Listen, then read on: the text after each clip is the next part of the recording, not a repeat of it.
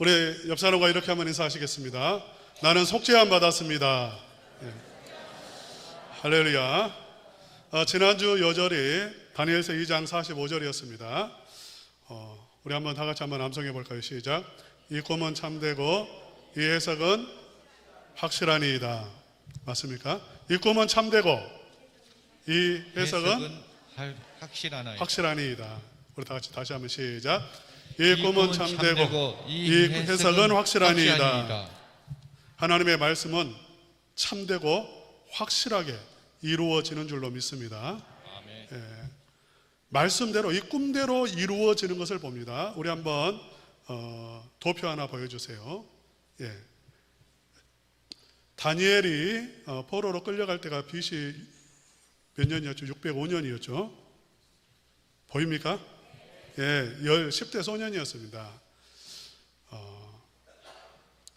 이제 신흥 이 바벨론 제국이 세 개의 제국으로 부상한 것이 605년이고요.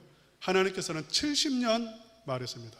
70년 후에는 포로에서 돌아올 것을 이스라엘 백성들이 해방될 것을 약속을 했죠. 다니엘은 이 바벨론 느부갓네살은 1000년 왕국을 꿈꿨습니다. 1000년 왕국을 꿈꿨어요. 그런데 약속대로 말씀대로 100년을 가지 못하고 무너졌어요. 몇 년도에 무너졌죠? 539년에 그 주황색 부분 보이시죠? 어느 나라에 의해서 무너졌습니까? 네, 페르시아에 의해서 무너졌습니다.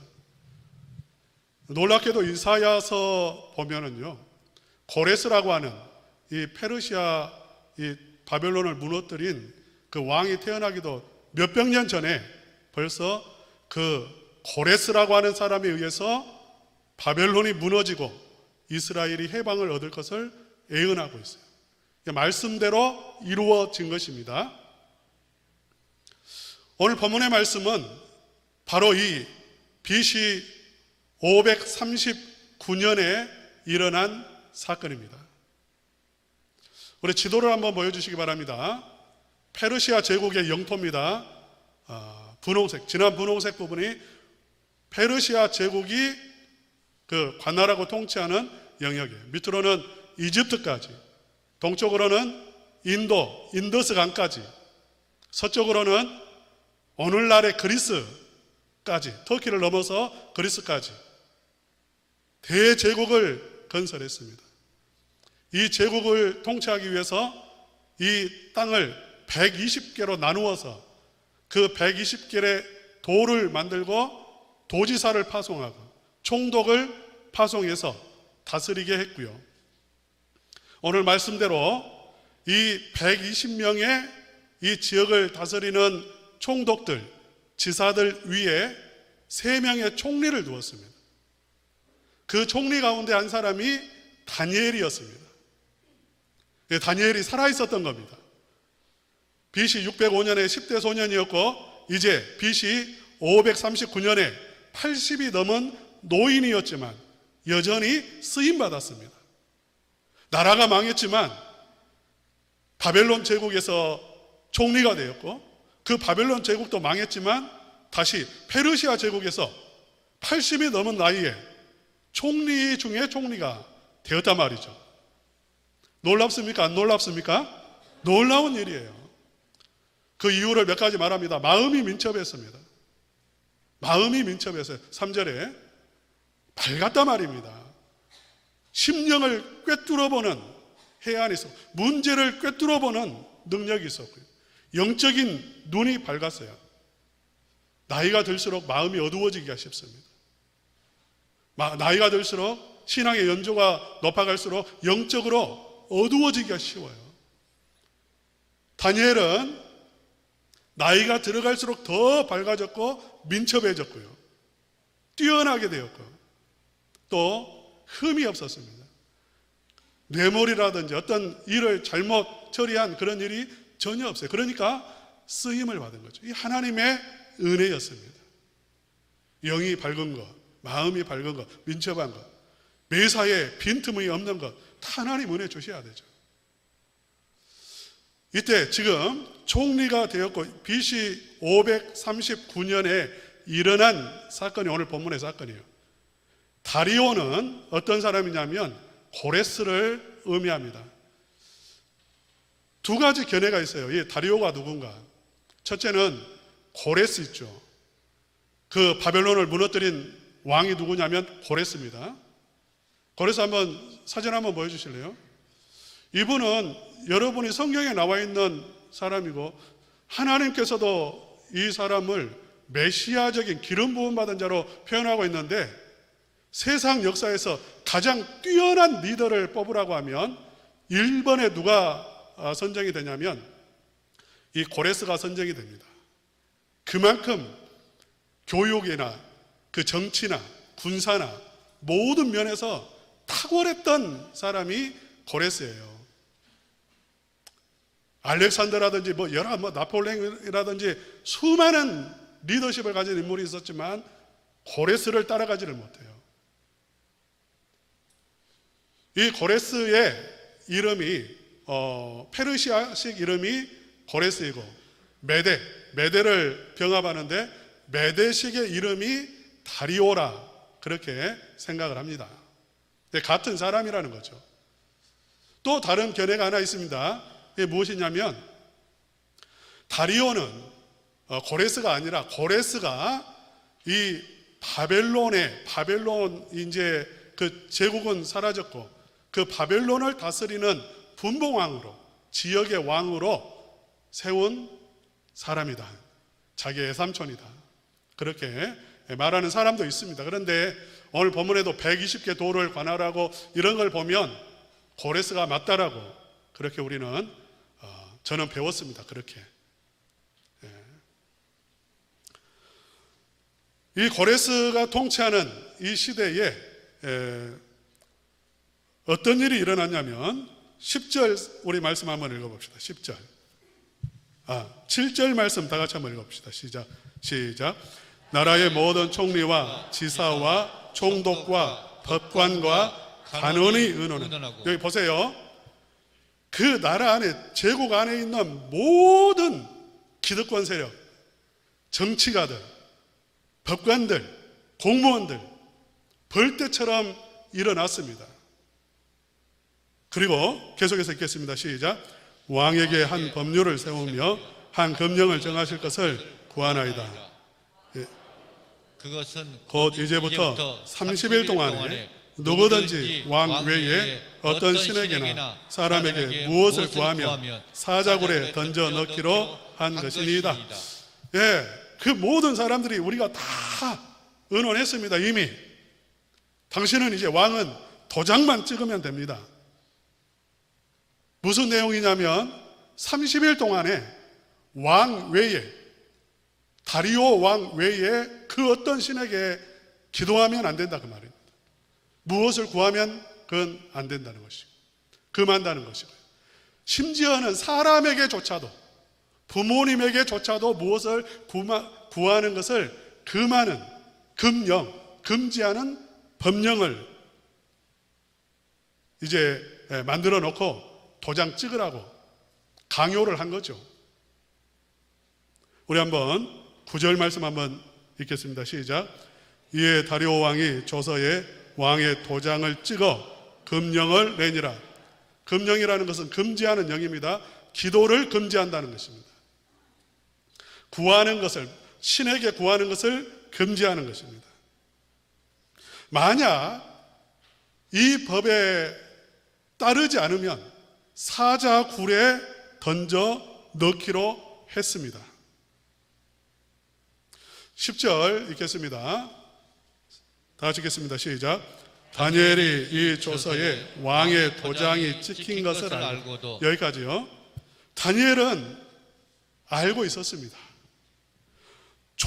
이 조서의 내용을 분명하게 인지했습니다. 기도하지 말라는 법이라는 것을 인지했어요. 사자굴에 넣는다는 것도 알았습니다. 그리고 벌떼처럼 지금 일어난 사람들이 누구를 향한 거냐면 다니엘 자신을 죽이려고 지금 나서 이 법을 만들었다는 것도 알고 있습니다. 더 넘어가서 영적으로 보면 사단이 무섭게 지금 공격하고 있고 영적으로 파멸시키려고 지금 유혹하고 있다는 것도 알고 있었어요. 이거 그냥 간단한 문제가 아닙니다. 왕을 위해서 당신이 신입니다. 이 법 아니에요. 겉으로는 그런 것처럼 느껴지죠. 실제로는 다니엘 죽이려고 하는 것입니다. 영적으로 완전히 무너뜨리려고 하는 것입니다.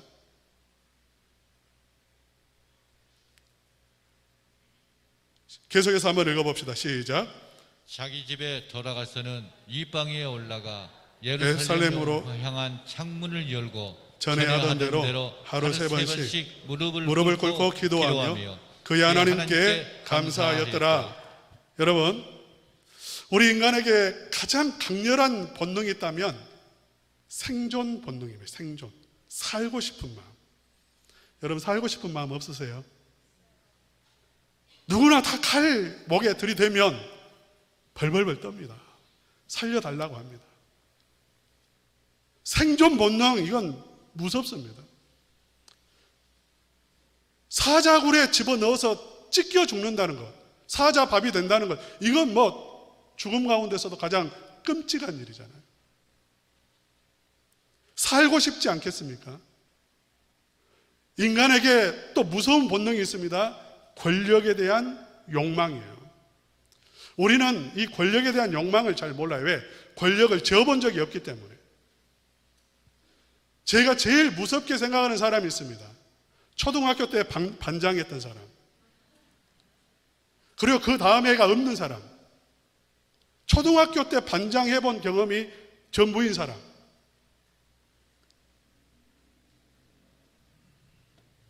이 작은 권력이라도 맛을 한번 들이면 끊기가 어렵습니다.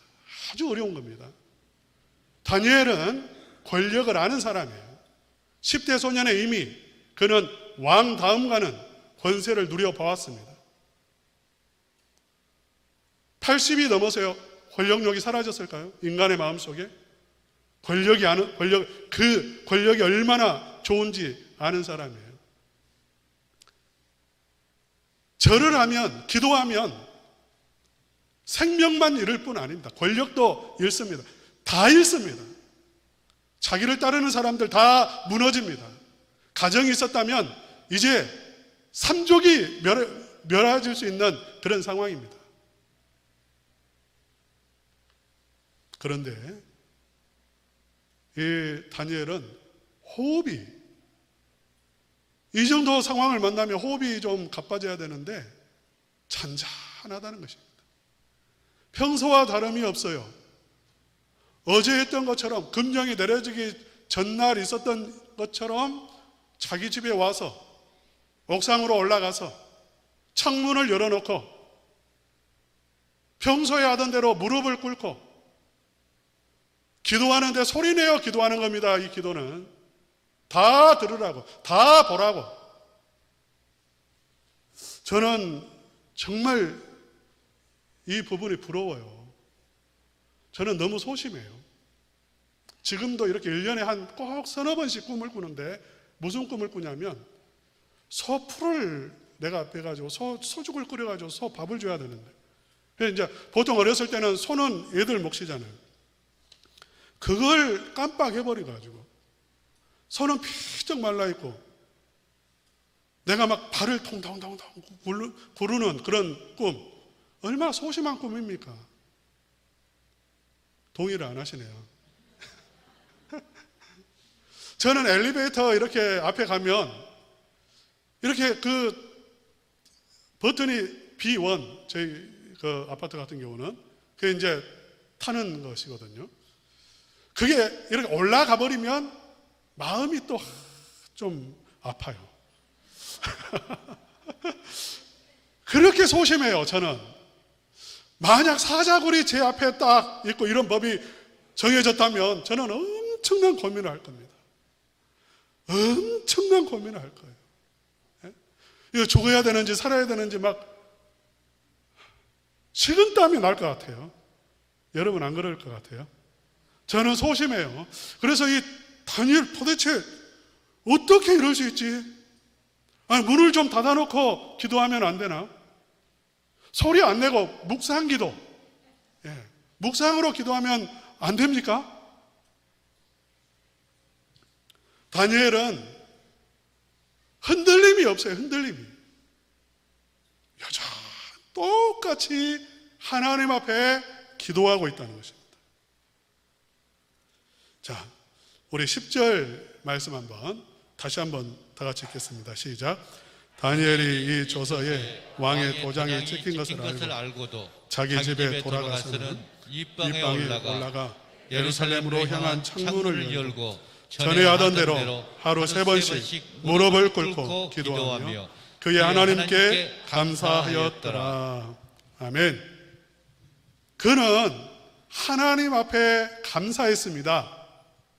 이 의미하는 바가 무엇이냐면 하나님께서 이 모든 상황을 통제하고 계시고 다스리고 계시고 하나님이 아름답게 만들어주시고 하나님의 영광을 드러내실 것에 대한 분명한 믿음이 있었다는 거예요. 본래 간이 큰 사람이 아니라 믿음에서 나오는 담대함이었습니다. 페르시아를 고레스가 통치할까요? 하나님이 통치하실까요? 페르시아라고 하는 공간은 하나님의 통치 영역입니까? 사단의 통치 영역입니까? 하나님이 통치하고 있어요. 믿습니까? 지금 나를 죽이려고 벌떼처럼 일어난 사람들 누구의 손안에 있죠? 하나님의 손안에 있는 줄로 믿습니다. 하나님의 손안에 있다는 것입니다. 내 손에 미치는 영역은 아니에요. 내 힘으로는 어떻게 할 수 없는 그러한 영역이에요. 그러나 그 공간마저도 누가 다스리고 계시냐면 하나님이 다스린다는 것입니다. 믿습니까? 아멘. 하나님이 통치하고 하나님이 다스리시고 하나님은 모든 것을 아름답게 만들어 주시는 하나님이세요. 추사 김정희의 그림 한번 보여주시기 바랍니다. 제목 아시죠? 상식인데 세안도입니다. 세안도. 세안이라는 것은 세안 샌다 그런 말 있잖아요. 세안, 차가운 겨울이라는 말입니다. 차가운 겨울 이렇게 배경이에요. 제주도에 유배 가서 60이 거의 다 된 나이에 그린 그림입니다. 사람이 보이지 않습니다. 완전히 고립돼 버렸어요. 모든 관계가 끊어져 버렸습니다. 아무런 소망도 없습니다. 이 그림은 별것 아닌 것처럼 보이지만 세계적인 유명 작품이고 우리나라 그러니까 국가 보물 185예요. 엄청난 보물입니다. 이 그림에 보면 글씨도 없고 뭐 나무 이런 것도 없는 빈 공간이 있죠. 빈 공간. 이 빈 공간은 공백이라고 하지 않고 여백이라고 말을 합니다. 여백. 이 그림에서 가장 절묘한 부분이 어디냐면 그 여백이에요. 여백. 여백, 그러니까 공백이라고 하지 않고 여백이라고 말한 것은 이 그림을 그린 추사 김정희의 마음이 그 여백 속에 담겨 있습니다. 일부러 만든 거예요. 사람들은 이 여백을 보면서 평안함을 누리기도 하고 또 이 여백을 보면서 소망을 품기도 하고 어떤 사람은 절망을 느끼기도 하고 허물을 느끼기도 해요. 이 작품이 놀라운 것은 바로 이 여백에 있는 것처럼 하나님께서는 우리의 인생을 걸작품으로 만들어 주시기 위해서 때로는 내가 보이지 않을 만큼 작게 만들어 버리시고 빈 공간을 내 힘이 미치지 못하는 빈 공간을 훨씬 더 크게 만들어 놓으신 때가 간혹 있습니다. 마치 다니엘이 지금 벌떼처럼 사람이 일어나서 전혀 이제 자기의 힘으로는 이 상황을 바꿀 수도 없고 왕조차도 이 상황을 바꿀 수가 없어요. 한 번 내린 이 금령은 반드시 시행이 돼야 되는 것입니다. 이런 상황, 꼼짝없이 죽을 수밖에 없는 이러한 상황을 우리는 믿음 안에서 바라보면 이것은 공백도 아니고 하나님이 계시지 않는, 하나님이 영향력을 행사할 수 없는 그런 공간이 아니라 하나님이 만들어 놓으신 여백이라는 거예요. 사랑하는 우리 성도님들, 우리는 이러한 환경을 만날 때, 내 힘으로 할 수 없는 어떤 문제를 만날 때, 내 뜻대로 안 되는 일을 만날 때에 우리는 이 여백을 분노로 채우기도 쉽고 원망으로 채우고 한숨으로, 절망으로 이 여백을 채울 때가 많습니다. 사소한 일에서, 아까 말했던 엘리베이터 하나, 그 조금 기다리면 되는 것인데도 그 순간에 짜증을 내기도 하고, 우리는 그걸 못 견디는 거죠. 여러분, 우리 인생에 있는 내가 어떻게 할 수 없는 공간이 있지만 거기에는 하나님의 뜻이 있고 하나님의 목적이 있고 의미가 있는 것을 믿으시기를 축복합니다. 무엇입니까? 여백의 의미가 뭡니까? 우리 인생에 하나님께서 절대 주권을 가지시고 채우시고 영광과 은혜로 채우시고 능력으로 덮으시겠다는 것입니다. 전능하신 하나님이심을 드러내시겠다는 것입니다. 나를 영광스럽게 만들어 주시겠다는 것입니다. 할렐루야. 아멘. 우리 다 같이 한번 따라서 합시다. 인생의 여백을 인생의 감사로 채우겠습니다. 감사로 채우겠습니다. 찬송으로 채우겠습니다. 찬송으로 채우겠습니다. 기도로 채우겠습니다. 기도로 채우겠습니다. 믿음으로 채우겠습니다. 믿음으로 채우겠습니다. 할렐루야. 아멘. 네, 내 마음대로 안 된다고 이제 불평하지 마세요. 감사하시기를 바랍니다. 감사만 하시기를 축복합니다. 아멘. 다니엘처럼 고민할 필요도 없이 평소에 하던 대로 감사만 하시면 돼요. 하나님은 이 일을 통해서 어떻게 역사하시죠? 사자의 입을 막으시고 하나님의 살아계심을 온 페르시아 제국 안에 선포하시고 다니엘을 더 높여주세요. 하나님이 우리 성도님들의 가정을 은혜로 채워주십니다. 믿습니까? 여러분 가정에 지금 죽음이 찾아왔고 어두움이 왔다 할지라도 여러분이 믿음으로 서 있는 한 하나님은 역전시키십니다. 아멘. 믿습니까? 아멘. 반드시 역전시키시는 줄로 믿습니다. 아멘. 감사하게도 우리 성도님들 가운데는 이 사자굴 앞에 서 있는 성도님들이 계세요. 암에 걸리시기도 하시고 직장에서 참 어려움을 당하시기도 하시고 경제적으로 지금 힘든 과정 속에 있는 성도님들도 계세요. 그런데 그분들이 이렇게 고백합니다. 감사합니다. 뭐라고요? 감사합니다. 찬송하고 있습니다. 기도하고 있습니다.